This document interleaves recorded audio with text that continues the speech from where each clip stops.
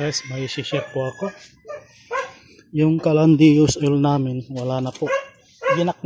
Nakajunk na po siya. Kasi hindi siya advisable na fan. Mabaho po yung kanya pagkatapos ng luto.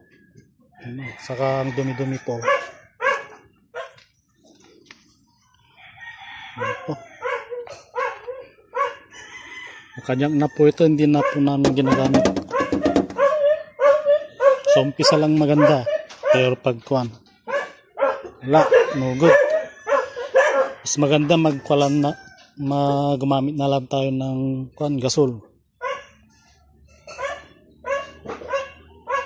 Kasi yung ammonia hindi po maganda, mabaho po talaga.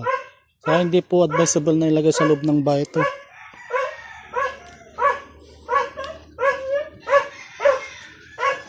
Hindi na namin kasi hindi maganda sa health po ito, yung ammonia.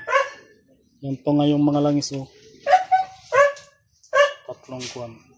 Calandius oil.